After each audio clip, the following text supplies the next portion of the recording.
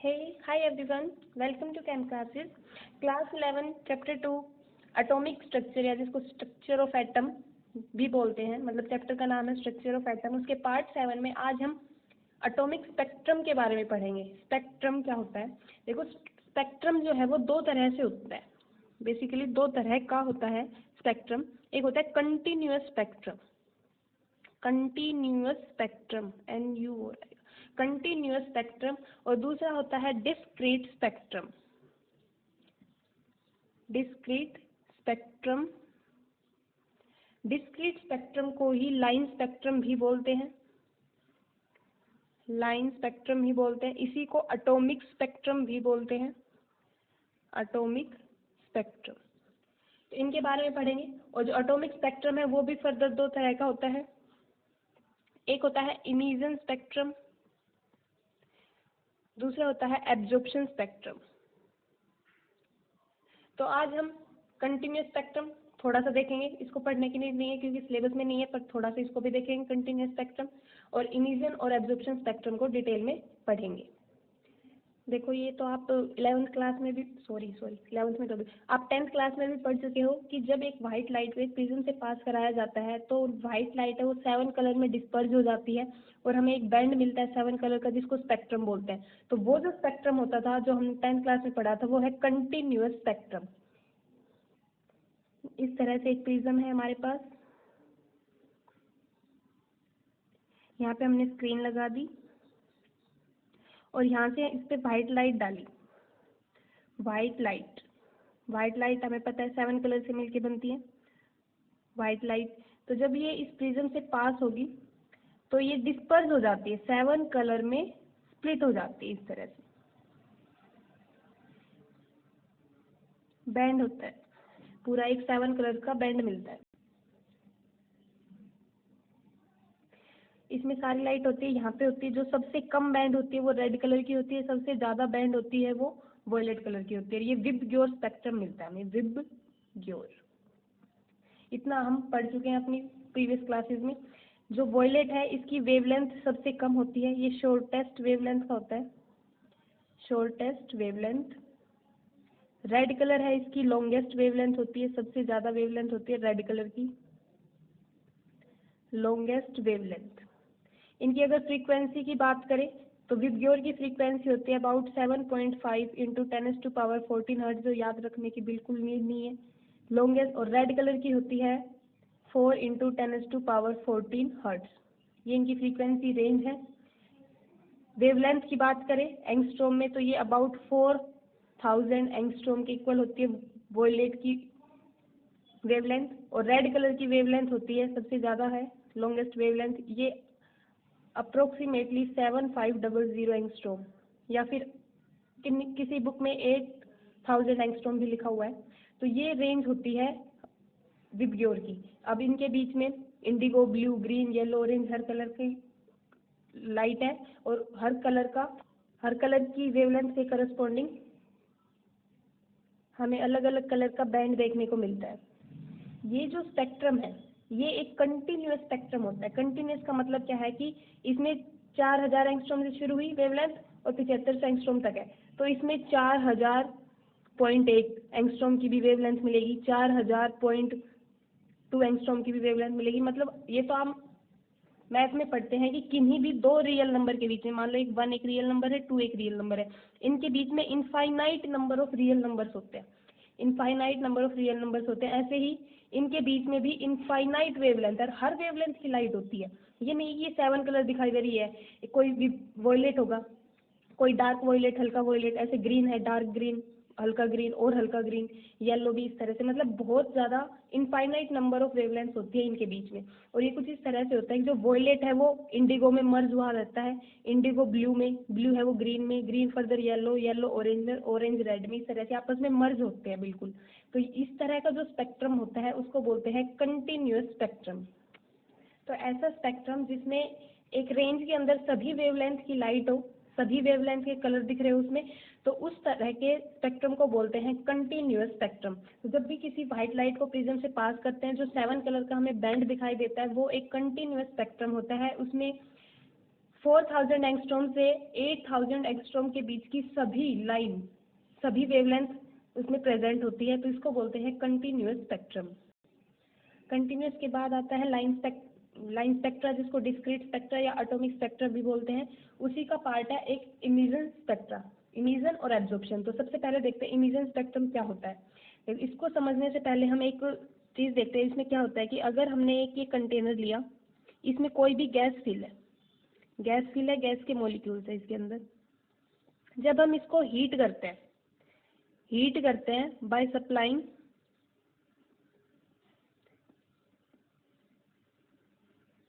By supplying electrical energy देके इसको heat किया जाता है, तो क्या देखते हैं कि इसमें से रेडिएशन निकलती है। और जब इन रेडिएशन को एक प्रिज्म से पास कराया जाता है, ये रेडिएशन निकलती है, इनको एक प्रिज्म से पास कराया जाता है, और आगे स्क्रीन पे जब इनको ऑब्जर्व किया जाता है तो हमें कुछ पर्टिकुलर वेवलेंथ की लाइट दिखाई देती है। Some specific colours are visible, कुछ ही कलर विजिबल होते हैं इसमें।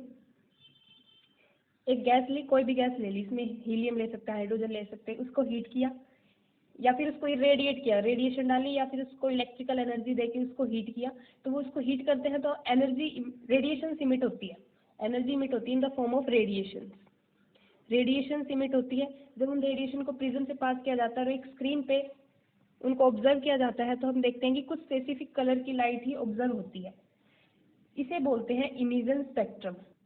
इसमें क्या है कि मान लो अगर हम इसको ऐसे शो करें, ये स्पेक्ट्रम है, तो मान लेते हैं कि एक 4000 एंगस्ट्रॉम पे हमें एक लाइन दिखी, फिर सारा ब्लैक, उसके बाद 4050 एंगस्ट्रॉम पे कोई लाइट दिखी, उसके बाद मतलब डिस्क्रीट स्पेक्ट्रा होता है, ये नहीं है कि कंटिन्यूस है 4000 के बाद 4000.1 4000.2 सब कुछ है।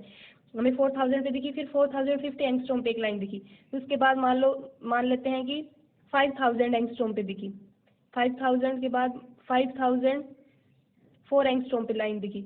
इस तरह से मतलब कुछ स्पेसिफिक कलर ही विजिबल थे। और ये जो स्पेक्ट्रा था, इमिजन स्पेक्ट्रा, ये डिफरेंट गैसेस के लिए डिफरेंट था। हर एलिमेंट का जो स्पेक्ट्रा है वो यूनिक होता है। अगर हम यहाँ पे हाइड्रोजन गैस ले, उसका एक स्पेक्ट्रा दिखेगा, उसमें डिफरेंट वेवलेंथ पे हमें लाइन दिखाई देगी, लाइन स्पेक्ट्रा, इसलिए इसको डिस्क्रीट स्पेक्ट्रा या फिर लाइन स्पेक्ट्रा बोलते हैं। अगर हमने यहाँ पे हीलियम ले लिया तो उसका अलग दिखेगा, हम नियोन गैस ले ली तो उसका अलग दिखेगा। मतलब डिफरेंट एलिमेंट्स का जो लाइन स्पेक्ट्रा है वो यूनिक होता है, और ये उनकी कैरेक्टरिस्टिक होती है। This characteristic of atomic spectra can be used in chemical analysis to identify unknown sample.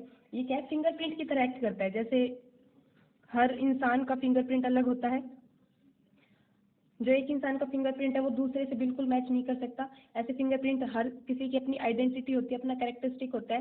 तो ऐसे ही जो एटॉमिक स्पेक्ट्रा है वो इन एलिमेंट्स की या इन गैसेस की कहे, इनकी कैरेक्टरिस्टिक होता है।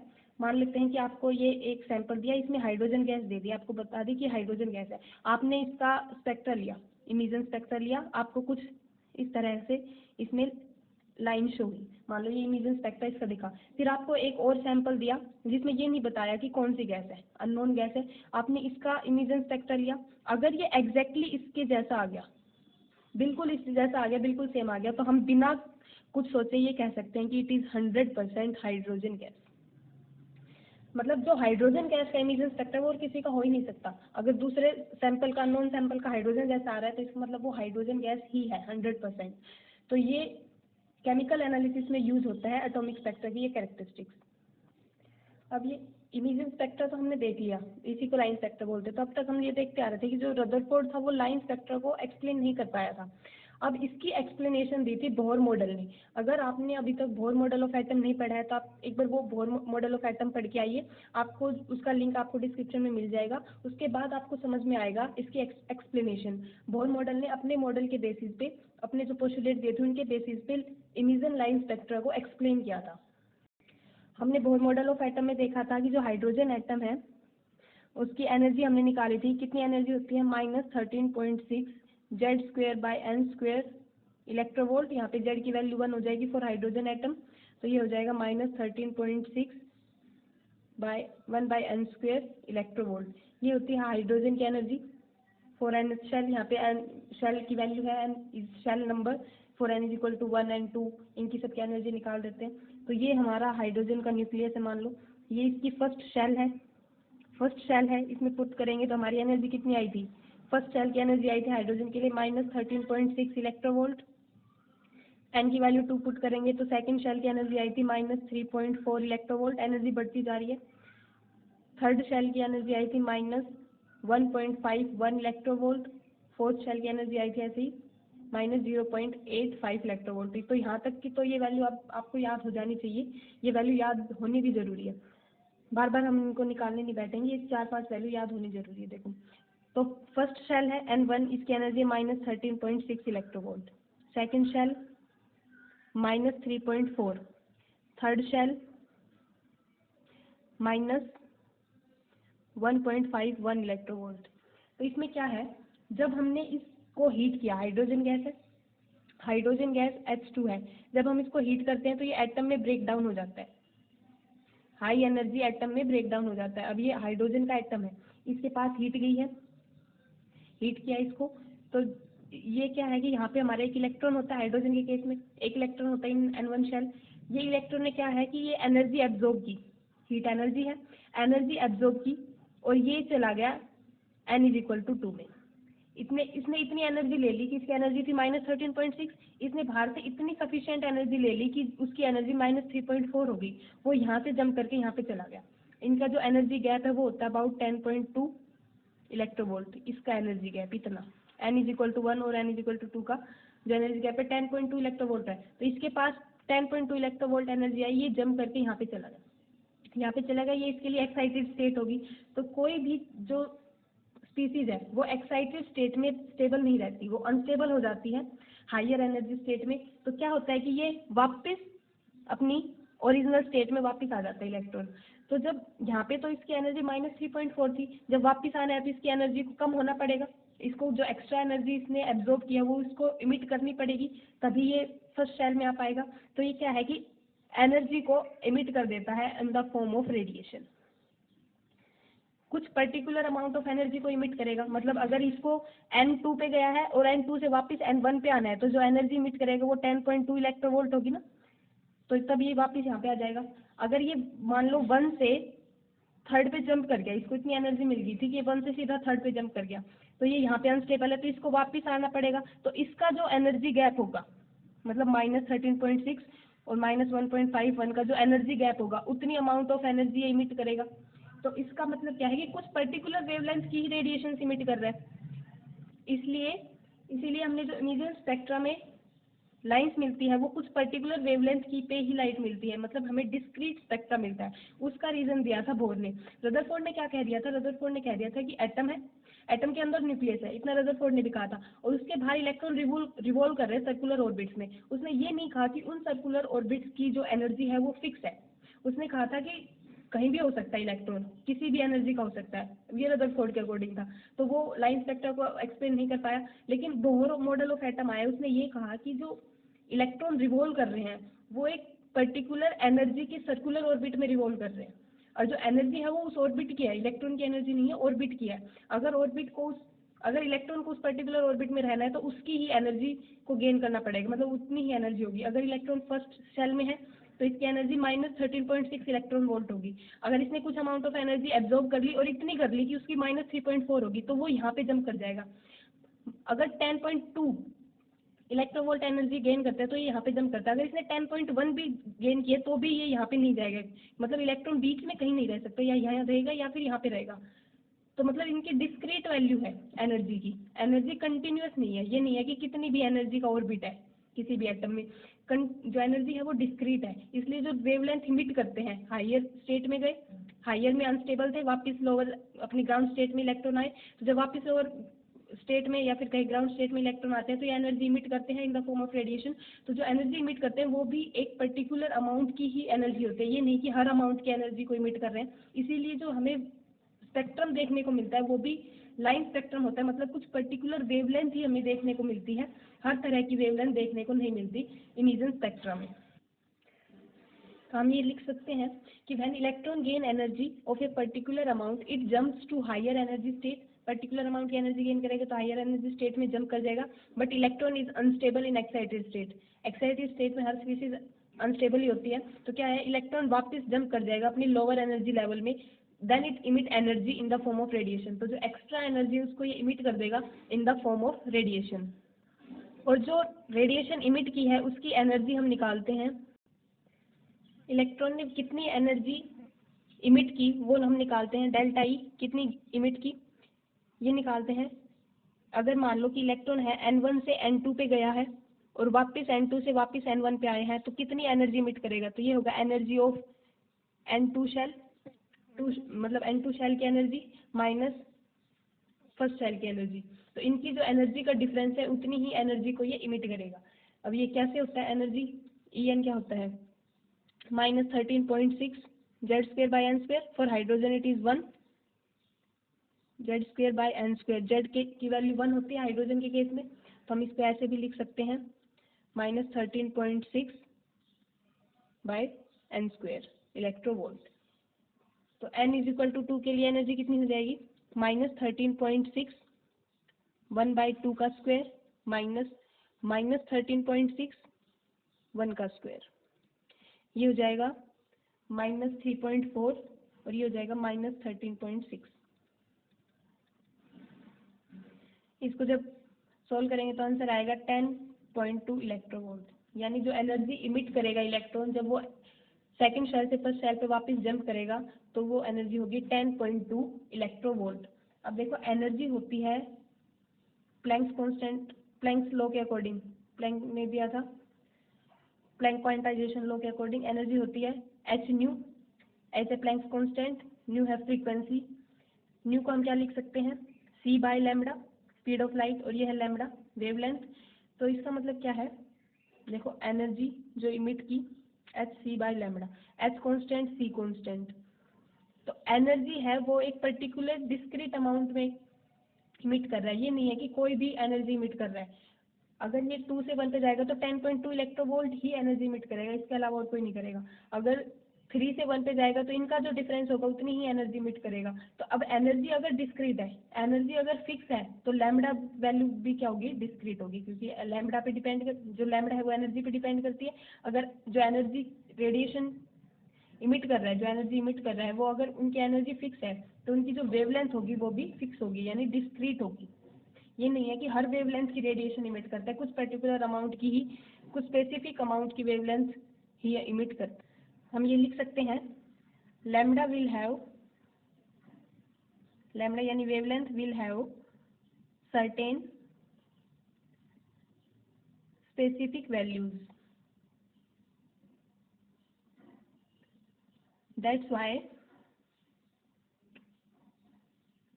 We get discrete, that's why we get discrete line spectrum। इसलिए हमें डिस्क्रीट लाइन स्पेक्ट्रम मिलता है, कंटिन्यूस स्पेक्ट्रम नहीं मिलता। ये एक्सप्लेन किया था बोहर ने।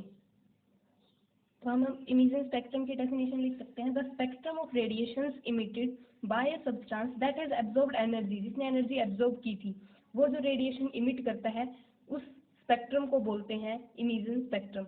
The spectrum of radiation emitted by a substance that has absorbed energy is called imaging spectrum. अब देखते हैं line spectra of hydrogen. Hydrogen का जो इमिजन लाइन स्पेक्ट्रा है वो कैसा होता है, उसके लिए हम पहले एनर्जी लेवल्स ड्रॉ कर लेते हैं हाइड्रोजन के। हाइड्रोजन के एनर्जी लेवल्स, इधर एनर्जी इंक्रीज हो रही है, ये है first energy level n is equal to 1, जिसकी एनर्जी क्या है -13.6 इलेक्ट्रोवोल्ट। ये सारे एनर्जी लेवल्स ड्रॉ कर लिए। n इज इक्वल टू 2 के लिए 3 4 5। देखो जैसे जैसे हम आगे जा रहे हैं सेल नंबर बढ़ता जा रहा है, तो इनके बीच का जो गैप है वो कम होता जा रहा है। यहीं पे देख लो, यहाँ इसका जो गैप है वो अबाउट 10.2 इलेक्ट्रोवोल्ट होता है, इनका गैप कम हो गया। जैसे जैसे हम आगे जाते जाएंगे इन एनर्जी लेवल्स का जो गैप है वो कम होता जाता है। तो हमने ये ऐसे अरेंज कर लिया एनर्जी, ऐसे इंक्रीजिंग ऑर्डर में।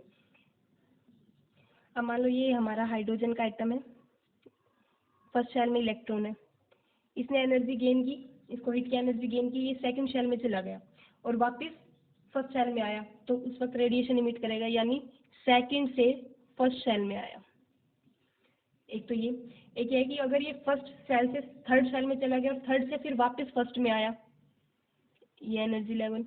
एक है कि वन फोर्थ में चला गया, फोर्थ से वापस फर्स्ट में आया, मतलब कि किसी भी हायर एनर्जी लेवल से अगर इलेक्ट्रॉन वापस फर्स्ट एनर्जी लेवल में आ रहा है, हाईएस्ट एनर्जी लेवल से वापस फर्स्ट एनर्जी लेवल में आ रहा है, first second third fourth fifth या कहें इन्फिनिटी से, वो वापस फर्स्ट एनर्जी लेवल में आ रहा है, तो इस सीरीज को नाम दिया गया लाइमन सीरीज। लाइमन जिसने डिस्कवर किया, साइंटिस्ट के नाम पे इसका नाम दिया गया लाइमन सीरीज। Lyman series. तो अब हम अगर इसकी जो फर्स्ट लाइन है, लाइमन सीरीज की फर्स्ट लाइन है, इसकी हमें एनर्जी निकालनी हो और एनर्जी फिर उसकी वेवलेंथ भी निकालनी होगी, कितनी वेवलेंथ की लाइन है, तो उसके लिए हम अपना यही फॉर्मूला यूज करेंगे इन एनर्जी का गैप।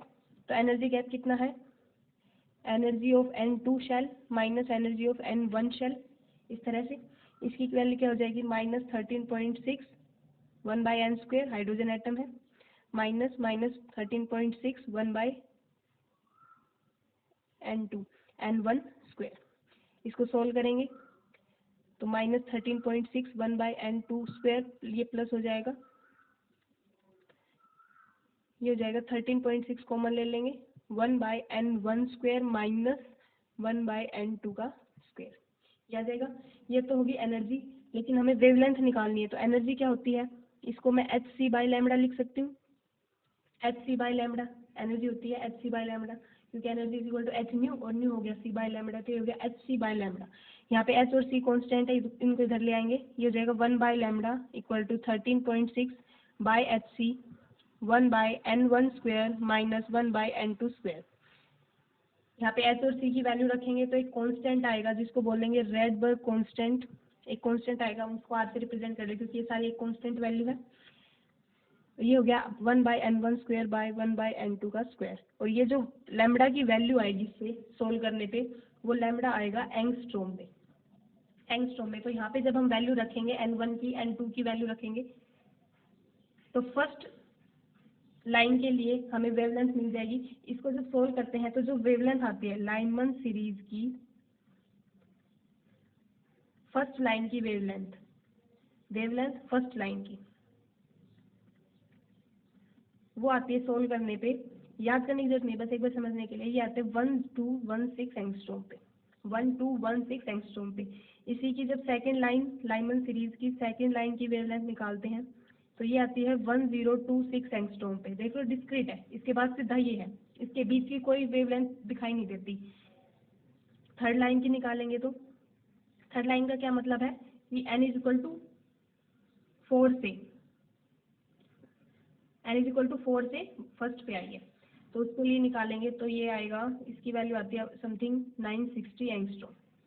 और लैम्बडा लास्ट लाइन की बिल्कुल जो सबसे लॉन्गेस्ट एनर्जी है, देखो ये एनर्जी डिफरेंस जितना ज़्यादा होगा, एक बात और, एनर्जी डिफरेंस जितना ज़्यादा होगा, यहाँ पे एनर्जी डिफरेंस सबसे कम है, वेवलेंथ सबसे ज़्यादा है, फिर एनर्जी डिफरेंस बढ़ गया, वेवलेंथ कम हो गई, एनर्जी डिफरेंस और बढ़ गया और कम होगी, तो ये सबसे ज़्यादा एनर्जी डिफरेंस है कि इन्फिनिटी से n इज इक्वल टू 1 पे आएगा, तो इसकी जो वेवलेंथ होगी वो शॉर्टेस्ट होगी।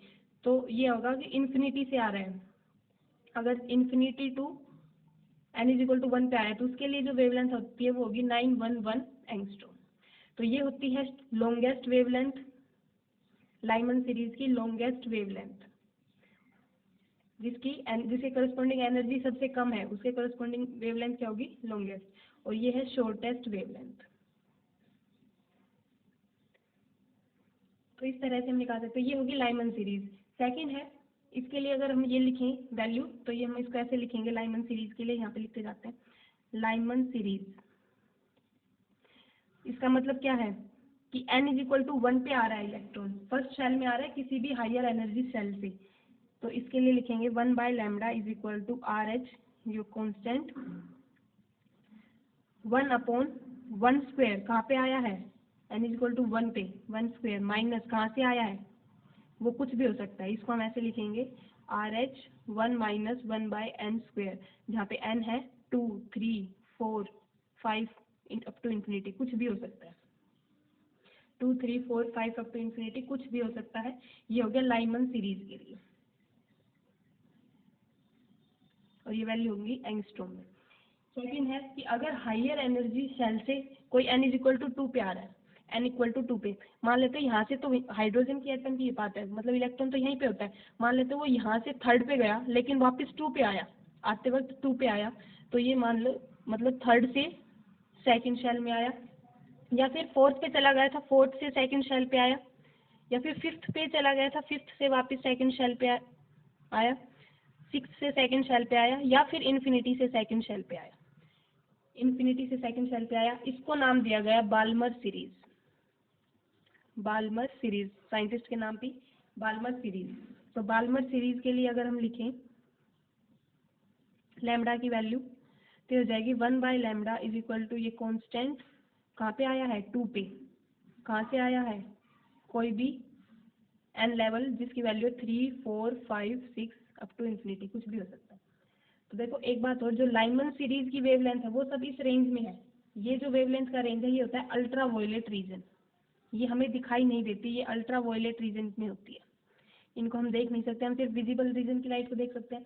तो ये आपके लाइमन सीरीज लाई करती है अल्ट्रा वायलेट रीजन में, और बाल्मर सीरीज लाई करती है विजिबल रीजन में। बाल्मर सीरीज है जो हमें दिखाई देती है विजिबल रीजन में, विजिबल रीजन में। तो ये हो गया बाल्मर सीरीज। नेक्स्ट है कि अगर फर्स्ट से किसी हायर एनर्जी शेल पे चला गया लेकिन वापस आते हुए थर्ड शेल पे आया, मतलब फोर्थ से थर्ड पे आया, या फिर फिफ्थ से थर्ड पे आया, या फिर सिक्स्थ से थर्ड पे आया, सेवन से थर्ड पे आया, या किसी हायर एनर्जी से थर्ड पे आया, इसको बोलते हैं Paschen series, Paschen series, Lyman Balmer Paschen.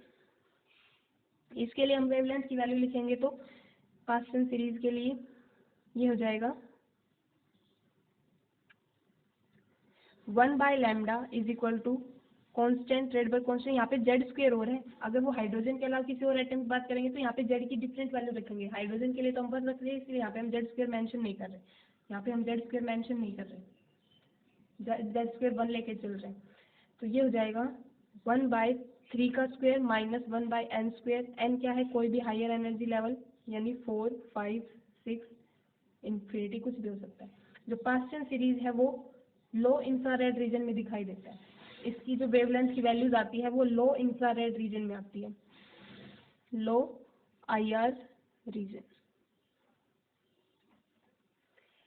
ऐसे ही अगर वन से हायर एनर्जी लेवल्स में चला गया लेकिन वापस आते हुए 4 में आया, थर्ड से मतलब फिफ्थ से 4 में आया, सिक्स से 4 में आया, 7 से 4 में आया, या इन्फिनिटी से फोर्थ एनर्जी लेवल में आया, तो इसको बोलते हैं ब्रैकेट सीरीज, ब्रैकेट सीरीज। इसको हम ऐसे लिखेंगे, इसके लिए वेवलेंथ ब्रैकेट सीरीज के लिए 1/λ is equal to constant 1/4 square minus 1/n square, जहाँ पे n है 5, 6, 7, 8 इन्फिनिटी, कुछ भी हो सकता है। ये जो दिखाई देता है ये हाई इंफ्रारेड रीजन में दिखाई देता है, हाई इंफ्रारेड रीजन। ऐसे ही एक और होता है फिफ्थ से, सिक्स से फिफ्थ पे आया, सेवन्थ से एट्थ से फिफ्थ पे आया, या इन्फिनिटी से फिफ्थ पे आया, उसको बोलते हैं P fund, P fund series. तो पी फंड सीरीज के लिए लिखते हैं for P fund series lambda की वैल्यू लिखी जाती है Rydberg constant 1/5 square minus 1/n square, जहाँ पे n की वैल्यू है 6, 7, 8 एंड सो ऑन। ये भी हमें दिखाई देता है हाई इंफ्रारेड रीजन में, हाई इंफ्रारेड रीजन में। तो ये कुछ सीरीज थी, ये हाइड्रोजन एटम का स्पेक्ट्रा था, लाइन स्पेक्ट्रा, जिसमें हमें 5 तरह की सीरीज देखने को मिलती है, Lyman Balmer Paschen Brackett Pfund. इसके बाद एक और होता है हम फेरी सीरीज, तो मतलब वो हमारे सिलेबस में नहीं है, हमें सिर्फ यहाँ तक ही पढ़ना है। तो ये उनके करस्पॉन्डिंग हम वेवलेंथ निकालते हैं। इनमें से जो लाइमन सीरीज है वो अल्ट्रा वायलेट रीजन में पड़ती है, बाल्मर सीरीज है उसको विजिबल रीजन में देखा जाता है, मतलब इसको हम देख सकते हैं, बाल्मर सीरीज को हम देख सकते हैं, विजिबल रीजन के अंदर है। पास्चन सीरीज है वो लो इंफ्रारेड रीजन, ब्रैकेट सीरीज वो हाई इंफ्रारेड रीजन, और पी फंड है वो भी हाई इंफ्रारेड रीजन में दिखाई देती है। तो ये है हमारा line spectra for hydrogen atom. अगला देखते हैं emission, sorry absorption spectra. Emission देख लिया हमने हाइड्रोजन का इमिशन स्पेक्ट्रा देख लिया। अब देखते हैं एब्जॉर्प्शन एब्जॉर्प्शन स्पेक्ट्रा, इसके बारे में कुछ ज़्यादा नहीं है, बस थोड़ा सा देखना। देखो क्या है इसमें, क्या लेते हैं, अगर हमने एक गैस ली, एक कंटेनर में गैस ली, इसके ऊपर डाली वाइट लाइट, वाइट लाइट, यहाँ पे हमने एक प्रिज्म लगाया, प्रिज्म पे लाइट आई, यहाँ पे स्क्रीन लगाई, तो ये ऐसे बेंड कर गई। तो इसमें क्या है कि हमें एक कंटिन्यूअस स्पेक्ट्रा दिखा with some specific wavelength missing, कुछ वेवलेंथ मिसिंग थी, था कंटिन्यूअस ही बट कुछ वेवलेंथ मिसिंग थी। ये थोड़ा अच्छा सा नहीं बन रहा, आप इसको एक बार अच्छे से ड्रॉ करें, इसको होना तो ये ऐसा चाहिए थोड़ा पूरा, उसके साथ लाइट ऐसे जाएगी, फिर ऐसे और फिर ऐसे बेंड होगी। एक बार दोबारा बनाते हैं। देखो इमिशन स्पेक्ट्रा में तो हमने क्या किया था, सैंपल को हीट किया था, हीट करने के बाद उस सैंपल से रेडिएशन इमिट हुई थी। अब इसमें एब्जॉर्प्शन स्पेक्ट्रम में क्या करना है, हमने एक सैंपल लिया, गैस लिए कंटेनर में, उसके ऊपर हमने व्हाइट लाइट डाली, उसको हीट नहीं किया, सिंपल उस पर व्हाइट लाइट डाली, उसको उसके आगे प्रिज्म रखा और फिर स्क्रीन रखी। तो स्क्रीन पे हमने देखा कि एक कंटिन्यूस स्पेक्ट्रा था, बट उसमें से कुछ वेवलेंथ, कुछ स्पेसिफिक वेवलेंथ मिसिंग थी। ये था एब्जॉर्प्शन स्पेक्ट्रा।